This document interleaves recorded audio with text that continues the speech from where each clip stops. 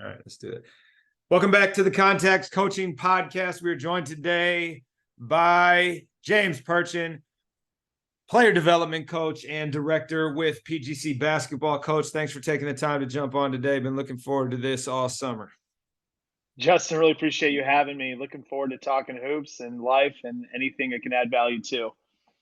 Fantastic. Well, why don't you get us started by taking us through your background as a coach? How did you end up coaching? What was the process like for you landing your first job, and then all these various steps along the way, which has put you in a position to be a consultant at times these days? Yeah, so really got the passion from my dad. He started off as a swim school teacher, and my passion was working with kids, but in the basketball realm. I had a great mentor named Mike Wozniak. He played at Cal Poly San Luis Obispo from Indiana, and he ran just a fantastic AAU team in St. Louis. So started coaching with him when I was in high school, and that's how I kind of got my, I would say, degree in basketball, learning from him and how he teaches offense and how he deals with running a program. After that, went to University of Oregon, where I worked with the women's team, and that's where my passion for working with girls started, and I helped Mike start an all girls AAU team in San Luis. Also coaching for a JUCO for 6 months, and quickly got out of that, and then got involved with two great companies. One was PGC Basketball and Pure Sweat. And Pure Sweat's where I have worked with the NBA pre-draft for a couple years and understanding how to work with individual players and groups. And with PGC, I started being able to direct camps this past year, and direct camps all across the world through myself and Pure Sweat. Awesome. Thanks for sharing that. It's funny. Woz was actually here last week, popped by the office just randomly during the car week festivities. He was up here golfing and came by, and we wandered around campus. So small world. But since you started there, let's go all the way back to your work with, let's say, traditional programs. Let's start there. So you said U of O, little junior college. You talked about doing a high school thing for a while. Talk to me about what you learned being in those more formal settings that has stayed with you throughout, right? As you now are more in a player development mode, right? So what did you learn being part of a more traditional education-based program that has stayed with you? What would you offer as some takeaways there? Yeah, we'll start at U of O, since that was my first stint at it. I quickly learned how to deal with so many things that are not basketball. Like how do you deal with people outside of the realm of, including from parents to sponsors to donors to making sure that your ticket sales people are happy.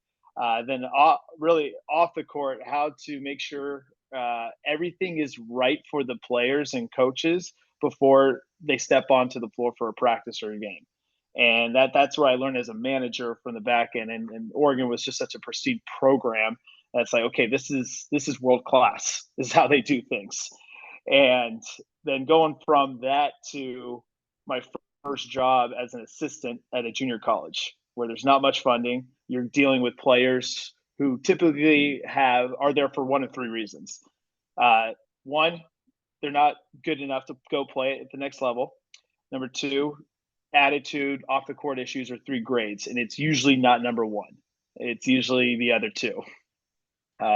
So learning how to deal with just backgrounds from all over, and that was something that I learned quickly at a junior college. And I've heard different people have different takes on the junior college experience, where some of them love it and they kind of tend to be lifers there. And some of them, to your point, it was like, okay, that wasn't my scene. What are the things that you think jump out for people that love it and are long-termers about that level? And how does that contrast for you in the sense of this wasn't what I was looking for, right? What were you on to next after that was pulling at you? Yeah, I think people love it for for one of two reasons. Is one that they've been through it. They either were a player or maybe they had siblings go through it. They understand the JUCO route. And me coming from, again, a University of Oregon to that was very difficult for me.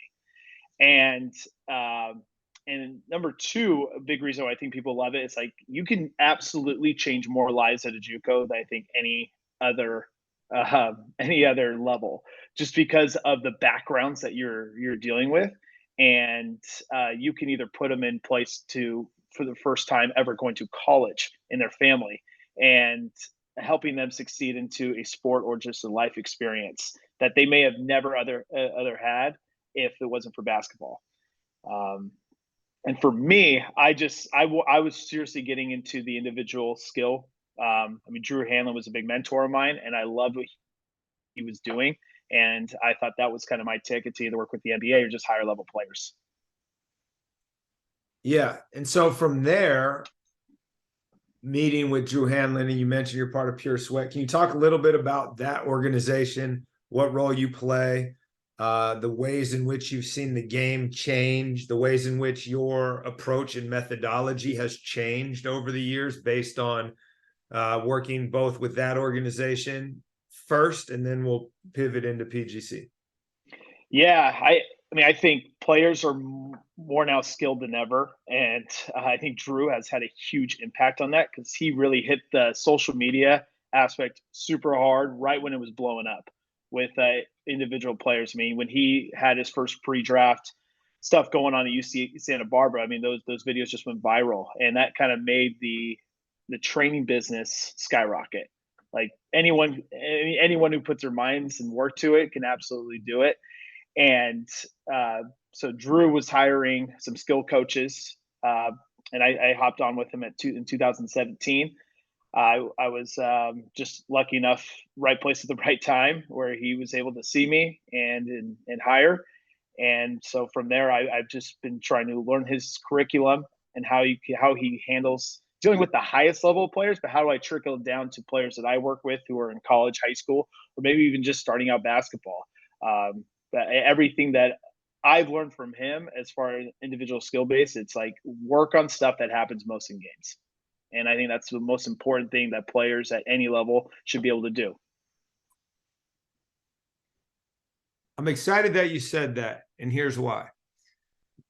There has traditionally been a tension arc between the team coaches and the skill development trainers.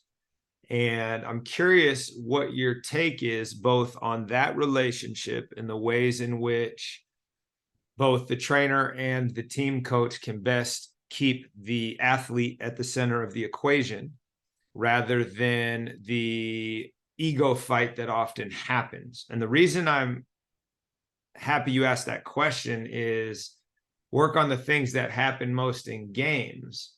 How much conversation is being had between, say, you and the coach of said player that you're training to make sure that everyone is in alignment? So a couple of different ways that you can talk through this, but I'd love to get your take on that relationship in general.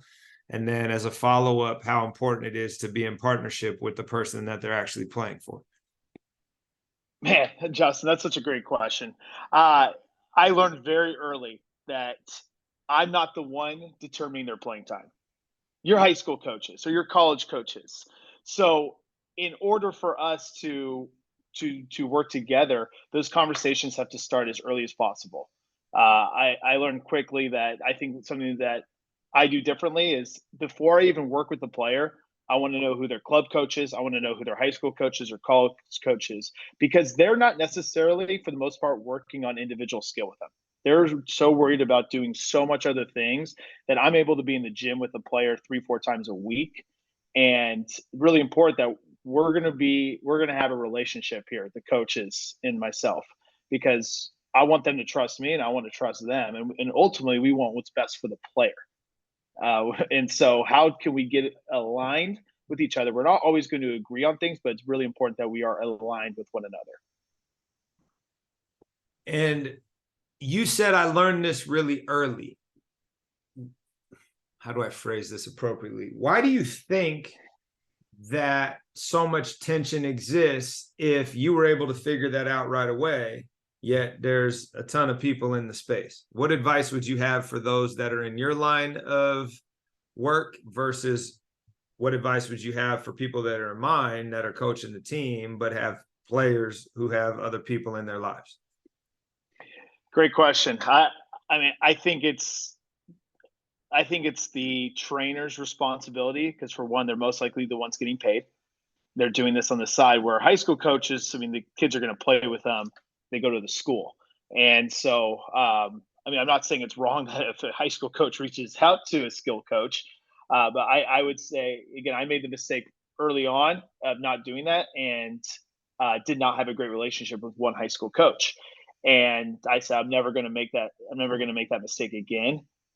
Even if I don't get along with them, it's very important that we just say, "Hey, I'm going to reach out to you. What can we grab a coffee? Can we get alignment on what areas is your player going to get in games next year, or what do they need help with most? Well, how can I help your program?"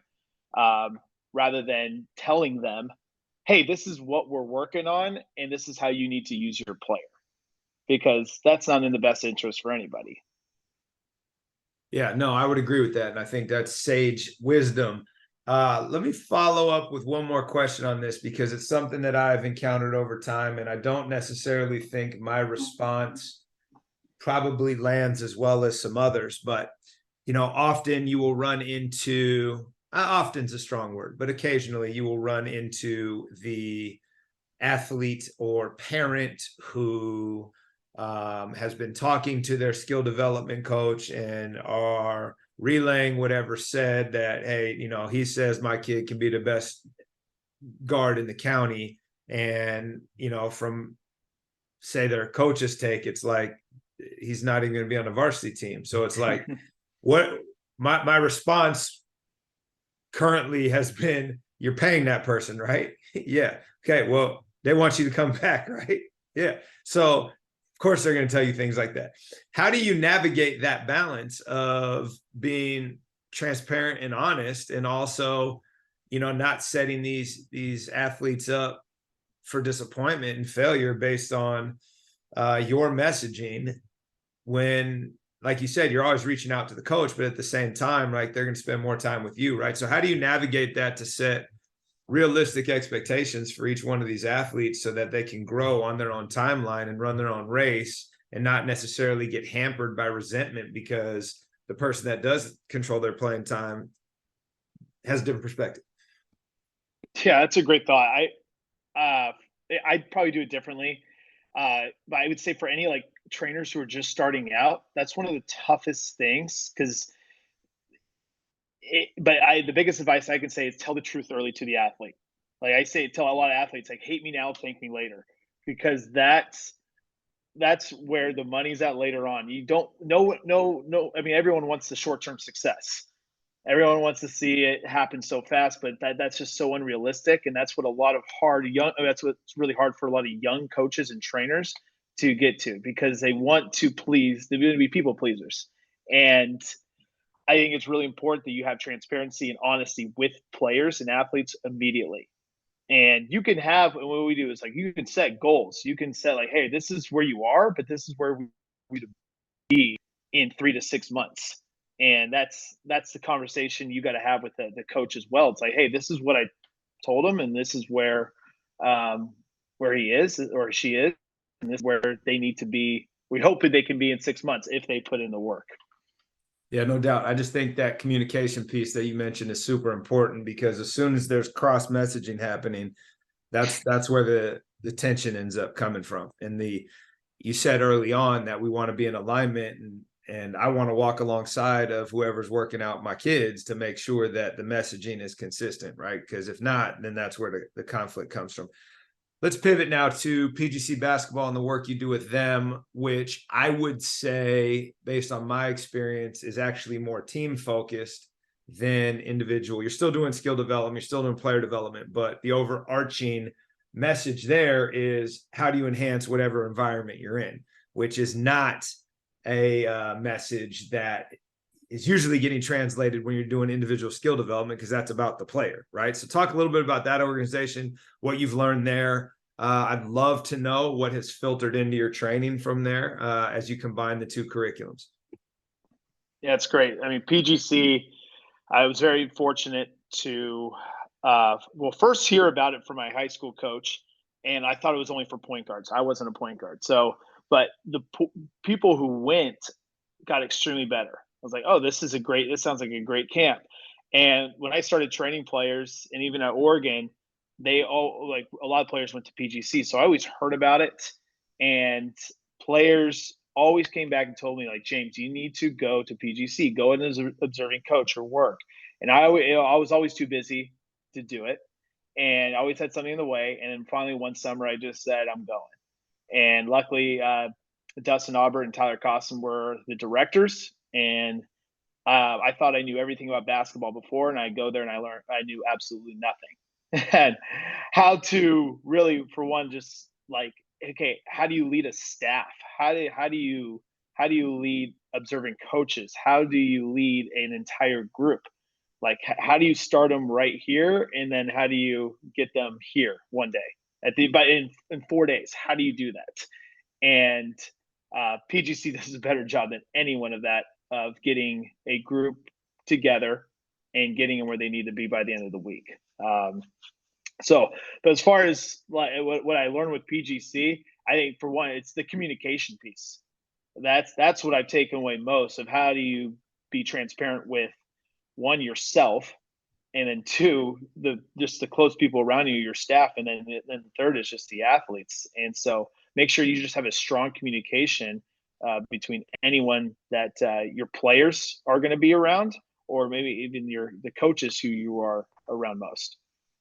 Yeah, so let's dig into that a little bit, because as you've listened to these, and Dustin's been on, Chad's been on, Tyler's been on, but what I'd love for you to articulate for new listeners or even veteran listeners, when you say communication, all right, let's talk about that as a coach, as a leader. What would you say are some low-hanging fruit that you can offer to people setting up, say, an activity or daily practice, or even in regards to how they do a large group endeavors, right? Talk a little bit about some of the key points that you think are super important that you finally got to practice this year as a director after watching it for however many years, and what you learned through that experience. Yeah, I love how PGC does celebrations. Every single meeting that we go into, doesn't matter if it's just a one-on-one meeting, or if it's our leadership meeting, which is a couple of our staff, or if it's our big staff-wide calls or director calls, we always start with celebrations. And just to get the mood right, you could be celebrating anything that's going on in your life, or celebrate someone who's in the room. And that's number one, what I've taken away with communication.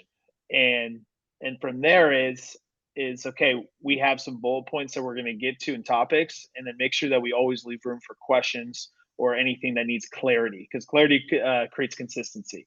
And that's what we want, even with our staff, our program, our teams, because if there's, again, miscommunication from the head coach to the eighth man on the team, well, we're not going to be where we need to be. So as much consistency and clarity, the better. Awesome. So I want to get away from PGC specifics, but I want to talk about concepts that you have been able to transfer into your own training work. And so what I mean by that is vocabulary, right? Sticky messages, things that are, let's call them acronyms, but ways in which the vocabulary of that organization is streamlined. So if you were to say something, say, talk about a DJ, like, I'm going to know what that is, but other people aren't, right? So it's like, how have you evolved your own communication within your personal training work to have your own set of vocabulary and sticky messages and things that you have found super valuable that you can offer to others? Yeah, make it short and sweet, and make it, you said, sticky. That's such a great term, but again, like Pure Sweat has their own terms. Like, I would say even PGC has their own terminology. Coaches all over the place might call might call closeout something different. So again, how do we create consistency and clarity in that? Again, making sure that again you and your athletes are aligned with what you're talking about, with, and really being consistent on it. Like if I say closeout, and then the next time I'm saying stride stop on a closeout, there what's that mean? Like so, making sure that you guys have consistency on what you're teaching, and I guess with with understanding like different PGC and pure sweats or any other basketball terminology, it's like okay, what do these things have in common with each other, and what would it make stick to the fourth grader that I'm working with today, or what's going to make it stick with the with another player. But I would say within the program that I'm teaching, that's it has to be what they're aligning with. Yeah, and that's kind of like 10,000-foot conceptual overview. And what I would love for you to do is dig into the weeds here on where you have seen programs that have not taken the time to flush out their vocabulary and messaging, the way in which it has impacted them either positively or negatively, right? Because you work with a lot of programs, you're doing consulting work. Can you just share a few examples of maybe where had this team spent an extra hour at the beginning of the season to name all of the things they were going to do, the impact that that would have based on how you've seen it play out in other areas? Yeah, totally. From the very get go, you got to be able to say like this is what this move looks like. Understanding the moves. Drew Hanlon once told me that before. It's just like, hey, the most important thing is like after the relationships and character you deal with these players, like you got to know the names of the moves, and you got to know like NBA has their own terminology. So making sure that you do your homework on what everything is called and how it can work and when it can work, the better. Um, like just say a jump stop is I guess a worldwide terminology, but you got to understand like each program that you work with has their own certain book, and so that I mean I would say just making sure that you when you go to a new program or you're dealing with when you're dealing with PGC or Pure Sweat or again a college program, like you aligning with your head coach so you can really master what they're trying to say. Because if you two are saying two different things that mean the same thing, players are going to get so confused in the game. Yeah, no doubt. And I think that's one thing that many of us miss because we're charging ahead on a million different things, especially as a head coach, where you said in your experience at Oregon, you realized very quickly how little any of it has to do with actual basketball, that those things get missed. And I think the sooner you can not just articulate what you want the athletes to do, but name it so that you can reference it later, definitely levels up your ability to teach and instruct. Let me pivot to this. And I don't even know if you're going to have an answer for this, but I always like to ask it anyway. What have you learned watching other disciplines that you've been able to transfer into your basketball teaching? And by that, the example I usually use is I sit and look outside my window every day at water polo practice, and I'm constantly thinking about ways in which I can apply some of their teaching to basketball. So I'm always curious. And if you don't have an example from another sport, I'd love to know specifically maybe a couple of the things that you've taken with you from other influences that you now do as a regular part of your practice. Yeah, I'll take away two from football that I learned. When I was at Oregon, Chip Kelly was the head coach there, and he revolutionized how the game was played a little bit. We were rocking, and so one of the summers, I somehow snuck my way out to do their conditioning with them, and so was not part of the football team. But I was a psychopath and wanted to learn how to get faster. And maybe in my mind was, how can I train future players how to be faster? And I mean, the quote that goes around a lot is how you do anything is how you do everything. And that truly was how Oregon did things. Like, hey, when we get to the field, we all touch this line. We all run to the huddle. So those like little terms here and there just kind of stuck with me. So it wasn't like, okay, let's just run this sprint like this. Like, nope, we have to enter from the base, or enter from the zero, the 1 yard line, and then get to the line. Like it was just like little things like that made them disciplined. And that's what I took away from Chip. And number two was recently from Ohio State. Another PGC director, Micah Mills, shared this with me. Him going to a practice, having urgency in everything you do. And he said from the walk-on players to the star players to the grad assistants to the head coach, everything they did was competing and having urgency in everything they did. And so that's why I took away at PGC sessions this year. Is like, hey, we're going to compete in everything that we do, and we're going to have urgency from the classroom to the gym to the cafeteria to the gym to getting your showers in and getting to bed. Have urgency in everything you do, and that's something that I'm going to be taking away a lot this year. Fascinating. I don't know that the shower at night and the wind down for bed needs a sense of urgency, because that's supposed to be like a calming period. But hey, you do you, man. It's all good. All right. Let me ask this. From a coaching standpoint, actually, I lied. I don't even want to talk about coaching on this one. I usually ask a question that is, what have you most recently changed your mind on? So I used to be over here and dug in, and now I'm over here, and here's why. It can be about coaching if you would like, but I'm often more curious about the ways in which that question lands for people in, say, their personal life, say their professional life, right? Things that I used to believe and be pretty entrenched on. This is how I operate in this space, but due to X, Y, and Z, now I'm over here. So what would you say about that? I'm going to put it in life and basketball, and the word is building character. And I used to be so in grind, like winning at all cost. And I told you I worked in a high school for 2 years, and that head coach, he was winning at all cost. And so, unfortunately, that kind of got my mind. It's like, shoot, for a 10-year-old fourth grade basketball game, if we didn't win, like I'm going to be stressed the entire day. It's like, no, the basketball is what you do. It's not who you are. And the more I found out about like character, a guy named Brett Ledbetter, he has a book called What Drives Winning. He talks about this, that winning is not a result. Winning is a process that's driven by your character. And I just take that to heart. I have it hung in my room, and I tell the players that, because it's character is who you are, and I think that's the first form of leadership.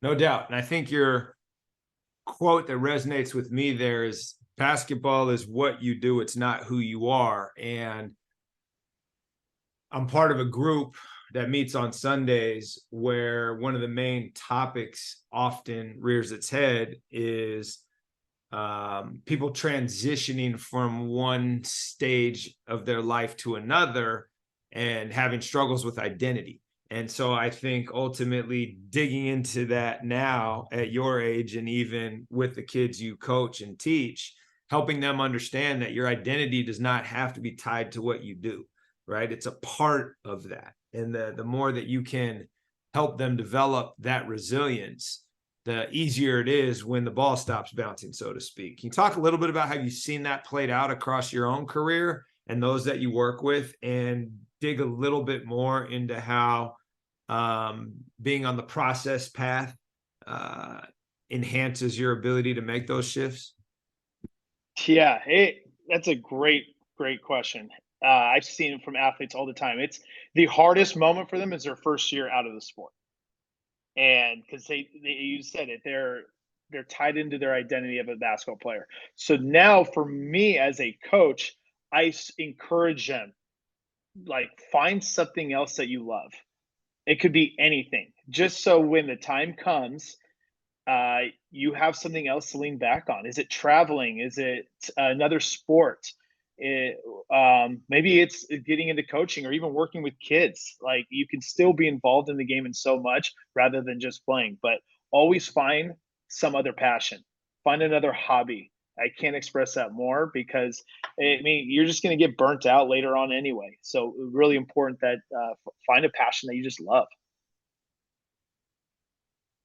So I'm going to ask a follow-up that you probably didn't intend, but because it's my soapbox, I'm going to go there. As a guy whose professional life is consumed by basketball, what advice would you have for athletes in regards to the value of being a multi-sport athlete as opposed to a specialist? And for framing purposes, I believe the youth sports industrial complex has destroyed athletics in regards to the intention that they exist for, which for me is to teach leadership, followership, and to learn to be part of something bigger than yourself. Because the bill of goods that's now being sold is if you don't specialize, then you're going to be left behind and you're never going to have a good experience. Yet the research and the data doesn't support that.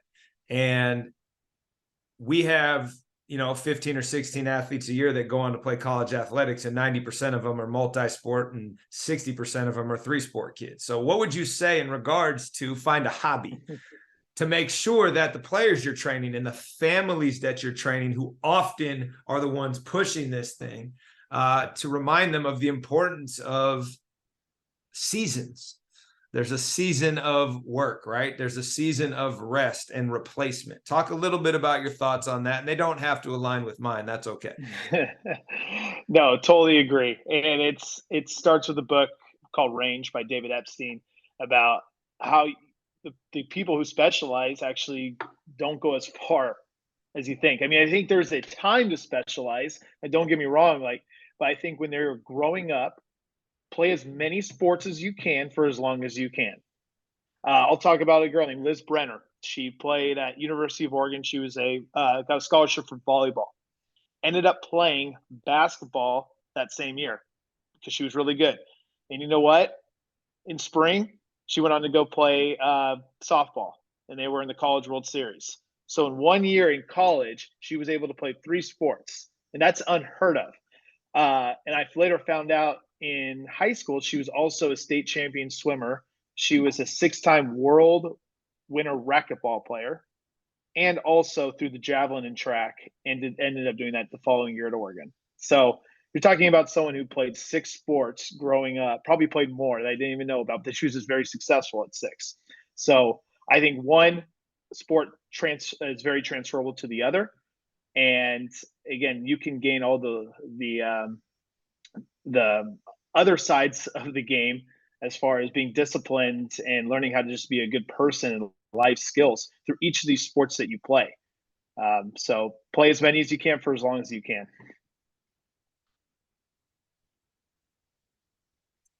Following up on that, how would you then advise / encourage / support the coaches of each of these individual sports that often don't see it that way? Continue showing the data as much as you can. I mean, you got to send the message out before it gets lost. I think every coach is trying to do what's best for the athlete, and probably for their team. I mean, no coach is going out there and saying we're going to lose today. No, I hope no player is going to say that either. So, what can we do? And it starts with the communication piece again. What can we do to help each other out, or to help the athlete out the best? Like, what's in their best interest? Yeah, and I think what runs into that sometimes is the unwillingness to share athletes for whatever reason, be it you're worried they're going to go choose that sport, be it you're worried that you're not getting enough time in the gym or on the field or whatever it might be, and you're going to fall behind.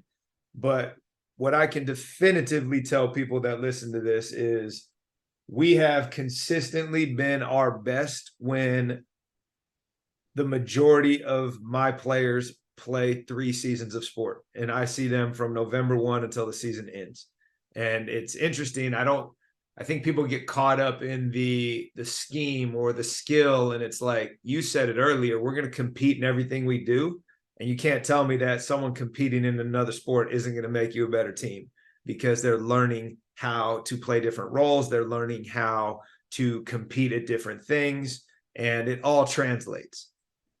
Yeah, and studies have shown that, I mean, you're more injury prone when you're just doing one sport, when you're saying using that same muscle every single time, and uh, we want less injuries. So, I mean, injuries are a part of sports; they're going to happen. So you can't use the, oh, I don't want them getting hurt in that sport.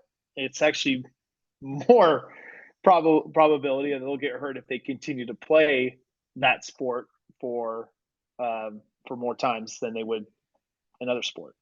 Yeah, no doubt. All right, I'm gonna pivot to a couple different things here. One, what would you say is the biggest misconception or myth about your area of expertise, your profession, specifically being the trainer slash consultant hat, right? Because those words come with baggage. What would you say is the most common myth or misconception that you run into, and how would you like to educate the rest of the coaches that primarily are team-based coaches on our listenership?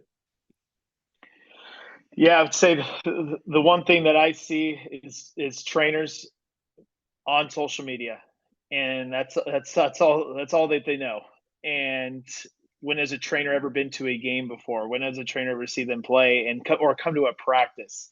And that goes back to the beginning of our conversation of very important that, like, get more alignment with each other. And because if you don't, then there's just going to be a constant rift between you and the coach, and then the player's going to be, you're talking about a kid is going to be put in a pickle, and you don't want that. And they'll never be able to be at their best if they have two people pulling from you. So as much as you can, get on the same page and understand. So you tell the coach, hey, this is why I'm doing this. This is why I'll be able to post this on social media. And so you guys just better have an understanding of each other.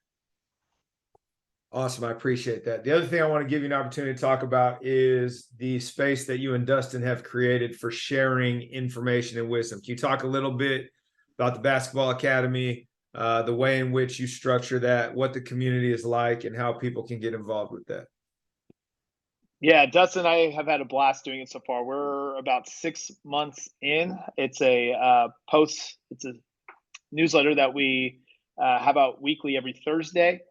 And it started out as, I would say, most newsletters suck because they're just too long to read. And I'd say if I have to read longer than 5 minutes, I'm probably not reading it. So how can I make a newsletter that has some valuable content? And then Dustin started making his must add actions.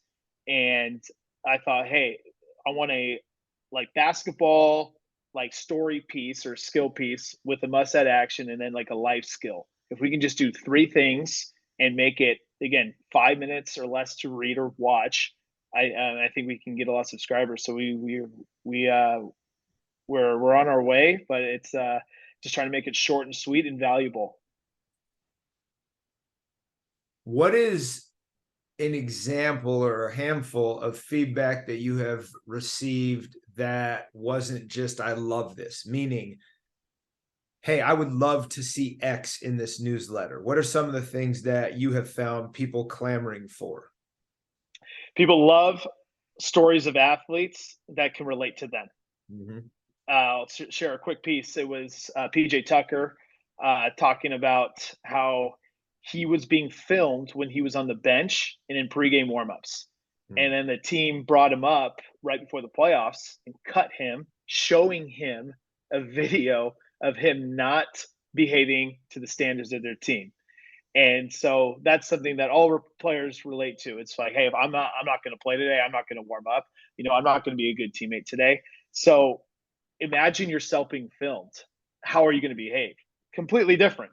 So those are stories that people love. Like, hey, like NBA guys or WNBA gals, like they're honestly not too different from you. I mean, they're going through the same things. They're just doing it on another level. So things that they can relate to, the more the better for players, and coaches love that too, because it's like now we can explain this to our players.